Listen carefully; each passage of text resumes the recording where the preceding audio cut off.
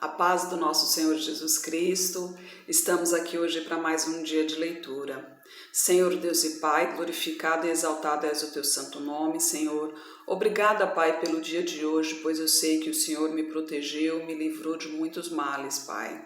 Eu peço a Ti que esteja conosco nesta leitura, Senhor, que a Tua palavra seja ensinamento, seja inspiração e nos direcione sempre a Ti, Senhor, que a Tua mensagem entre em nossos corações, em nome de Jesus.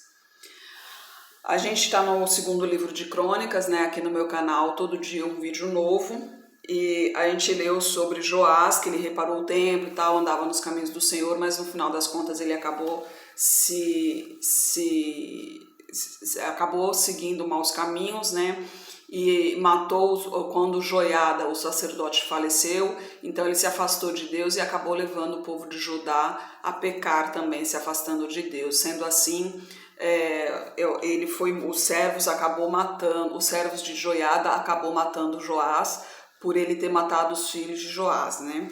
E hoje a gente está no capítulo 25, Amazias reina e vence os edomitas. Era Amazias da idade de 25 anos quando começou a reinar e reinou 29 anos em Jerusalém.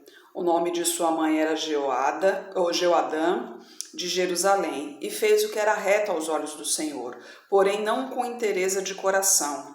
Sucedeu que, sendo ele rei já confirmado, matou aos seus servos que mataram ao rei seu pai, porém não matou os filhos deles, mas fez segundo está escrito na lei do livro de Moisés, como o Senhor ordenou, dizendo: não morrerão os pais pelos filhos, nem os filhos pelos pais, mas cada um morrerá pelo seu pecado. E Amazias reinou a Judá e os pôs segundo a casa dos pais, por chefes de milhares e por chefes de centenas, por todo Judá e Benjamim. Ele os contou de 20 anos para cima e achou deles 300.000 homens escolhidos que podiam sair à guerra e manejar lança e escudo. Também de Israel contratou 100.000 homens valentes por 100 talentos de prata. Porém um homem de Deus veio a ele dizendo: ó rei, não deixes ir contigo o exército de Israel, porque o Senhor não é com Israel, isto é, com os filhos de Efraim. Se quiseres ir, faze-o assim. Esforça-te para a peleja, Deus, porém, te fará cair diante do inimigo, porque força há em Deus para ajudar e para fazer cair. E disse Amazias ao homem de Deus: que se fará, pois, dos 100 talentos de prata que dei às tropas de Israel? E disse o homem de Deus: mais tem o Senhor que te dar do que isso. Aqui a preocupação dele era com o dinheiro, né? Mas para você ver, aqui quem é servo de Deus, quem anda nos caminhos dele, na hora que faz uma coisa errada, porque a primeira coisa que ele deveria ter feito aqui, primeiramente, era consultar a Deus para saber se ele realmente deveria ir à peleja e se deveria contratar mais guerreiros, né? Principalmente em questão de Israel. Afinal de contas, Deus se afastou de Israel. Então, se Israel for a peleja, eles realmente acabariam perdendo, né? Mas ele não fez isso. Então, mas mesmo assim, Deus é misericordioso, mandou um servo dele, né? Mandou um fiel dele para abrir os olhos de Amazias referente ao exército de Israel, né? E a gente continua aqui no versículo 10. Então separou Amazias as tropas que lhe tinha vindo de Efraim, para que se fossem ao seu lugar, pelo que se acendeu a ira contra Judá, e voltaram para suas casas, ardendo em ira. Esforçou-se, pois, Amazias e conduziu seu povo até o vale do Sal, onde feriu a 10.000 dos filhos de Seir. Também os filhos de Judá prenderam vivos 10.000 e os levaram ao alto de um penhasco, de onde os lançaram abaixo, e todos se despedaçaram. Porém, os homens das tropas que Amazias despedira para que não fossem com ele à peleja, deram sobre a cidade de Judá, desde Samaria até Bet-Horon. Feriram deles 3.000 e saquearam grande despojo. E sucedeu que depois que Amazias veio da matança dos edomitas e trouxe consigo os deuses dos filhos de Seir, tomou-os por seus deuses, prostrou-se diante deles e queimou-lhes incenso, né? Aqui ele já começou a tropeçar, né? Deus deu o reinado para ele, Deus deu o povo para ele, Deus deu livramento a ele, dois livramentos, um para ele não se envolver com o povo de Israel e o outro a peleja contra os edomitas, né? Então ele tinha tudo para andar nos caminhos do Senhor, mas o demônio nos atenta de todos os lados, né? Quando ele viu os deuses, ele acabou levando essas estátuas para casa e acabou se prostrando perante elas, né? E a palavra de Deus diz: não adorareis imagem, não fareis imagem semelhante a ti. Não fareis imagens a ti, não se prostrará perante nenhum outro Deus, né? Aí no versículo 15, então a ira do Senhor se acendeu contra Amazias e mandou-lhe um profeta que lhe disse: por que buscaste deuses deste povo, os quais não livraram o seu próprio povo da tua mão? E sucedeu que, falando ele ao rei, este lhe respondeu: puseram-te por conselheiro do rei? Cala-te, porque haveria de ser ferido? Então parou o profeta e disse: bem vejo eu que já Deus deliberou destruir-te, porquanto fizeste isto e não deste ouvidos ao meu conselho. E tendo tomado conselho Amazias, rei de Judá, mandou dizer a Joás, filho de Jeocás, filho de Jeú, rei de Israel: vem, vamos medir forças com as armas. Porém Joás, rei de Israel, mandou dizer a Amazias, rei de Judá: o cardo que estava no Líbano mandou dizer ao cedro que estava no Líbano: dá tua filha por mulher a meu filho. Porém os animais do campo que estavam no Líbano passaram e pisaram o cardo.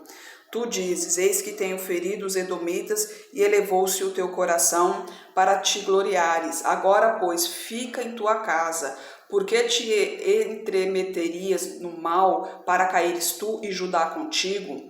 Porém Amazias não lhe deu ouvidos, porque isto vinha de Deus, para entregá-los nas mãos dos seus inimigos, porquanto buscaram os deuses dos edomitas. E Joás, rei de Israel, subiu.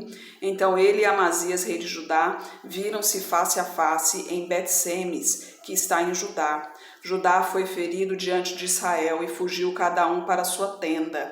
E Joás, rei de Israel, prendeu a Amazias, rei de Judá, filho de Joás, com o filho de Jeoacás, em Bet-Semes, e o trouxe a Jerusalém. Ele derrubou o muro de Jerusalém, desde a porta de Efraim até a porta da esquina, 400 côvados.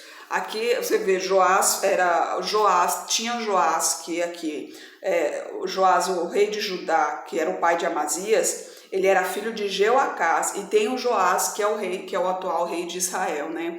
Então muitas vezes a gente acaba se perdendo um pouquinho nesses nomes, além dos nomes ser muito diferentes, a gente não ter costumes deles, muitos nomes são iguais, né? Então por isso que na Bíblia sempre fala fulano, filho de ciclano, filho de beltrano, vai falando toda a descendência para identificar exatamente como é, porque era muita gente e acho que não tinha muita opção de nome, que nem a gente se vê até o dia de hoje, né? Mesmo assim, no dia de hoje a gente ainda encontra muita gente com nome igual, aí, inclusive o nome completo, né? Só diferencia os pais, o que a gente acaba tendo que tomar muito cuidado também, né?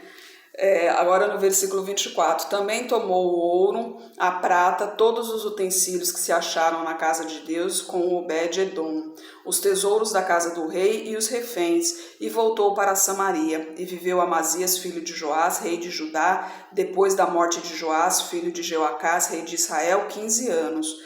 Quanto aos mais dos atos de Amazias, tanto os primeiros como os últimos, eis que porventura não estão escritos no livro dos reis de Judá e de Israel?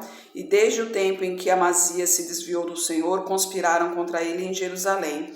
Porém ele fugiu para Laques, mas perseguiram-no até Laques e o mataram ali. E trouxeram-no sobre cavalos e sepultaram-no com seus pais na cidade de Judá. Aqui não teve jeito, né? O final dele foi a morte, mas antes disso ele ficou preso por 15 anos, né? Imagine o sofrimento. Ele era um rei, né? Seguia os caminhos do Senhor, tinha bênçãos para tudo quanto é lado, mas no finalzinho deu a escorregada e acabou pagando por esse erro, né, que foi se afastar do Senhor. Porque assim, não é que paga pelo erro, não é que Deus castiga exatamente, é que Deus permite que o mal aconteça, porque se você está nos caminhos do Senhor, o mal sobrevirá a você, como a todo mundo. Só que como você está no caminho do Senhor, Deus irá te proteger, Ele não permitirá que o mal assole sua vida. Agora, se você não está no caminho do Senhor, esse mal vai te pegar de qualquer jeito. Então, foi o que aconteceu aqui com o rei de Judá, né? Amazias. Enquanto ele estava no caminho do Senhor, ele foi protegido, né? O mal vinha contra ele sempre, lógico, ainda mais Judá, principalmente Judá, que era a descendência de Davi, que todos sabiam que realmente era um povo de Deus, né? Um povo abençoado e protegido por Deus. Então, com certeza eram perseguidos, né?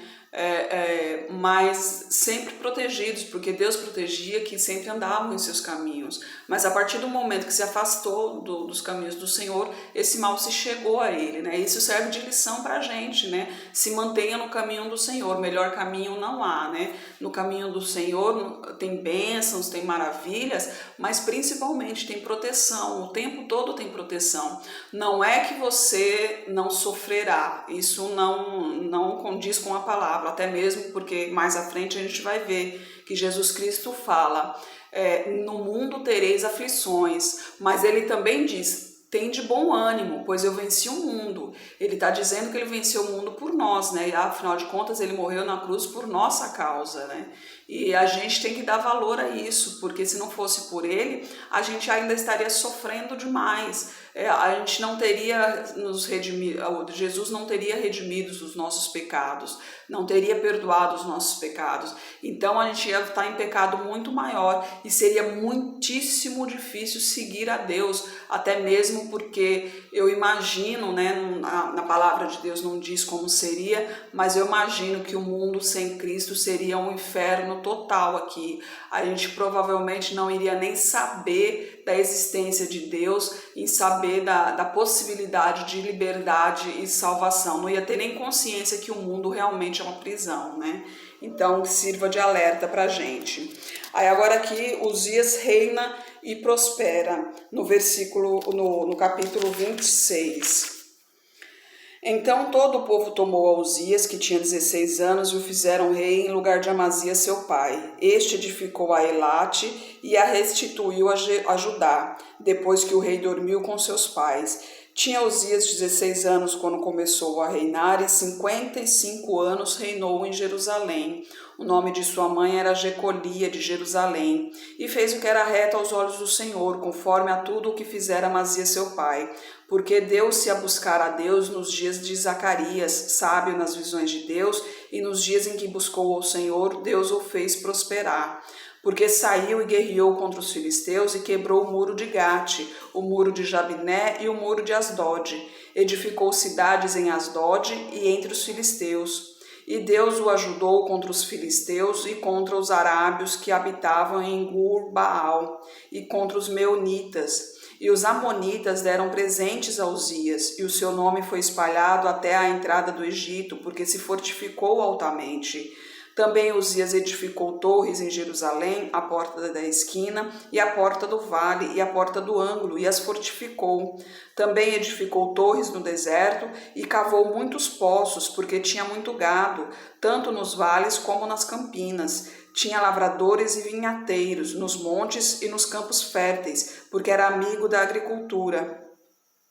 Tinha também Uzias um exército de homens destros na guerra, que saíam à guerra em tropas, segundo o número da resenha feita por mão de Jeiel, chanceler, e Maceias, oficial, sob a direção de Ananias, um dos príncipes do rei. O total dos chefes dos pais, homens valentes, eram de 2.600, e debaixo das suas ordens havia um exército guerreiro de 307.500 homens que faziam a guerra com força belicosa para ajudar o rei contra os inimigos. E preparou Uzias para todo o exército escudos, lanças, capacetes, couraças e arcos, e até fundas para tirar pedras. Também fez em Jerusalém máquinas da invenção de engenheiros que estivessem nas torres e nos cantos para atirarem flechas e grandes pedras. Assim se propagou a sua fama até muito longe, porque foi maravilhosamente ajudado até que se fortificou. Olha que maravilha aqui, né? Ele, apesar do pai no seu final ter se afastado do Senhor, ele se manteve no caminho do Senhor e com isso se fortaleceu. Inclusive o seu nome fez fama por toda a região, né? Agora no versículo 16, mas havendo-se fortificado, exaltou-se o seu coração até se corromper. Ele transgrediu contra o Senhor seu Deus, porque entrou no templo do Senhor para queimar incenso no altar do incenso. Olha só, né? Ele se fortificou tanto e ao invés dele gloriar a Deus, né? Glorificar a Deus, afinal de contas foi Deus que o fez assim, não, seu coração se exaltou. Isso que serve de alerta pra gente, né? Porque tudo que acontece na nossa vida é Deus que faz, no mínimo ele permite acontecer. Então, e tudo tem um motivo, né? Muitas vezes acontece algo que a gente acha ruim, mas o fechamento desse acontecimento é uma coisa boa porque Deus preparou para a gente. Pode ter sido um livramento, pode ter sido uma missão, pode ser muita coisa, mas Deus sempre tem um propósito em nossas vidas, né? Ele sempre quer o melhor para a gente. E aí, só que a gente só precisa simplesmente seguir os caminhos dele, né? E, obviamente, dar a glória a ele, a glória que realmente pertence a ele. A vida pertence a ele só nos emprestou, né? Esse mundo aqui não é nosso, né? Essa carne aqui, ela um dia vai apodrecer e não vai servir mais para nada. Então, nada nos pertence, a gente não leva nada dessa vida aqui. Mas se você anda nos caminhos do Senhor, o seu galardão com certeza está guardado, né? O seu galardão, o seu tesouro lá no céu está separadinho lá com o seu nome. Basta caminhar sempre no Senhor e não se deixar desviar, não se deixar se deslumbrar pelas delícias do mundo, que são delícias passageiras, são ilusões, né? Que só servem para nos enganar e nos destruir no final.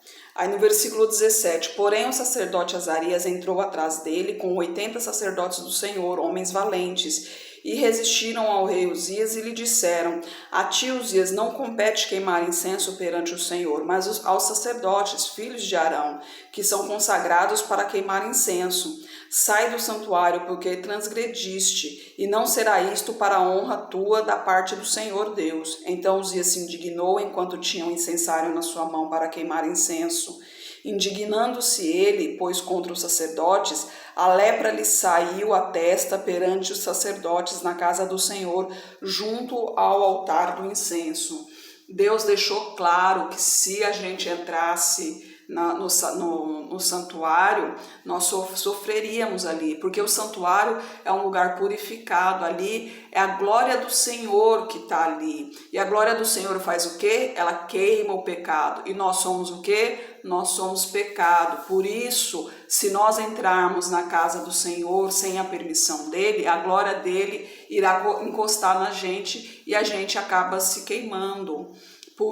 Então tem os sacerdotes, tem os levitas exatamente para isso, porque eles são consagrados, Deus que os consagra, né? Deus os purifica para no momento certo eles poderem entrar. Tanto que tem todo um ritual, né? Simplesmente chegar e entrar, né? Eles têm que se consagrar para entrar no Santo dos Santos, tem que se consagrar, se purificar para evitar o máximo de pecado ali, porque Deus, enquanto eles se santificam, né, eles são protegidos pelo Senhor, então eles podem andar normalmente nos átrios do Senhor, ali no no lugar santo dos santos, sem correrem o risco de ser queimados, né? Aí no versículo 20, então o sumo sacerdote Azarias olhou para ele, como também todos os sacerdotes, e viu que já estava leproso na sua testa. Por isso, apressuradamente o lançaram fora. Até ele mesmo se deu pressa a sair, visto que o Senhor o ferira. Assim ficou leproso o rei Uzias até o dia da sua morte, morando por isso numa casa separada, porque foi excluído da casa do Senhor. E Jotão, seu filho, tinha um encargo da casa do rei, julgando o povo da terra. Quanto aos mais atos de Uzias, tanto os primeiros como os últimos, o profeta Isaías, filho de Amós, o escreveu. E dormiu Uzias com seus pais, e o sepultaram com eles no campo do sepulcro que era dos reis, porque disseram, leproso é, e Jotão, seu filho, reinou em seu lugar. É muito triste, né? A gente lê, a gente fica feliz quando a gente começa a ler, porque a pessoa anda nos caminhos do Senhor, fazendo o que é reto aos olhos de Deus, mas no finalzinho acontece alguma coisa que ele acaba caindo em tentação, né? Isso nos mostra que quanto mais perto da bênção a gente tá, porque é isso, né? Quanto mais os dias vão passando, mais perto fica a volta de Cristo. E lógico que o demônio não quer que Cristo venha, porque ele quer trazer mais pessoas para o lado dele, né? Ele quer levar pessoas, ele quer levar almas para o inferno. Então, quanto mais próximo da bênção a gente está, mais difícil se tornam as coisas, mais difícil aos olhos humanos, né? Lembrando que nós não olhamos com olhos humanos, nós olhamos com os olhos espirituais que são presentes de Deus, que é a direção de Deus, né? A nossa vida é baseada em Deus, somente em Deus, no conhecimento de Deus, né? Então, mas aos olhos humanos, a briga vai se tornando mais forte quando a gente vai se aproximando da bênção. Então, isso sirva de alerta, porque se você estiver em paz, tranquilo, sem nenhum problema, porque nós somos seres humanos, todos nós temos problemas, né? Agora, você está na sua vida em paz, não tem picuinha com ninguém, não acontece nada demais na sua vida, você trabalha, você estuda, você não tem nenhum tipo de problema, o mundo gosta de você, então aí você pode ter certeza que tem alguma coisa errada, porque o mundo não gosta da liberdade. O mundo, ele é uma prisão e ele quer manter as pessoas presas nele, ele não quer a liberdade das pessoas. Então, por isso que ele ilude o mundo com essa tal liberdade, mas essa tal liberdade não existe no mundo. Você está preso ali à maldição, à morte de cruz ali, você está preso ao demônio, ali a briga é carnal ali, né? Aliás, a briga não, o desejo ali é carnal. Agora, quando você conhece a Cristo, quando você se entrega a Deus, você se liberta desse mal. Então, o que acontece quando você se liberta desse mal? O demônio quer te puxar novamente para lá. Enquanto você está no mundo, ele não te atenta, porque você já pertence a ele, então ele não vai perder tempo com você, ele vai perder tempo com aquele que Cristo está salvando, porque ele não quer que Cristo salve, ele quer que venham todos para o inferno, que sejam todos debaixo das asas dele, é isso que ele quer. Então o mundo pertence a ele, ele não vai tentar o mundo. Agora os filhos de Deus pertencem a Deus, então eles tentam os filhos de Deus para que eles se afastem de Deus e se volte para eles. Então a gente tem que ter muito cuidado. Como eu sempre digo aqui, aliás, como eu sempre digo não, como a palavra de Deus diz, vigiai e orai sempre, sempre, sempre, a todo momento. A gente não pode descansar, a gente não pode relaxar. A gente deve descansar no Senhor, mas no mundo a gente tem que estar em alerta. Muitas vezes pode acontecer, você tá com tanta esperança de algo e de repente esse algo acontecer e você achar que Deus está te abençoando com isso, e não é o demônio que está te servindo. Ele se disfarça de anjo de luz para te servir, para te seduzir. E é isso que ele quer. Então, muito cuidado, muita oração, jejum, tudo para sua proteção. E principalmente, é isso aqui. Não se afaste nem um segundo da palavra do Senhor. Leia a Bíblia com frequência, ore com frequência, converse com Deus. Não precisa ser formal, não precisa ser formal. Deus, ele é um amigo, ele é o nosso protetor, ele é o nosso salvador, ele é o nosso criador, mas ele principalmente gosta de intimidade e ele demonstra isso em suas palavras. Ele gosta de intimidade. Então converse com ele como você nunca conversou com seu melhor amigo. Converse abertamente. Quer chorar? Chore, se derrame perante a ele, porque o que ele gosta é que você seja sincero de coração, que você abra o seu coração, que você derrame o seu coração no altar de Deus. E amanhã a gente continua com o reinado de Jotão no capítulo 27. Senhor Deus e Pai, glorificado, exaltado és o teu santo nome, Pai. Obrigada, Senhor, pelos seus ensinamentos, Pai. Continue, Pai, nos direcionando, nos inspirando. A gente precisa de Ti, Senhor. Não somos nada sem Ti. Esteja com essa pessoa que está orando comigo, Pai. Toque na vida dela, Senhor. Que caia por terra toda maldição direcionada a ela, Pai. Que ela entenda, que ela consiga ver a diferença que é o mundo e a diferença que é ser seu filho, Pai. Pois muita gente está no mundo sendo enganada, sendo iludida. Tira a venda desses olhos, Pai, para que eles vejam a realidade, para que eles vejam a maldição que é viver nesse mundo, Senhor.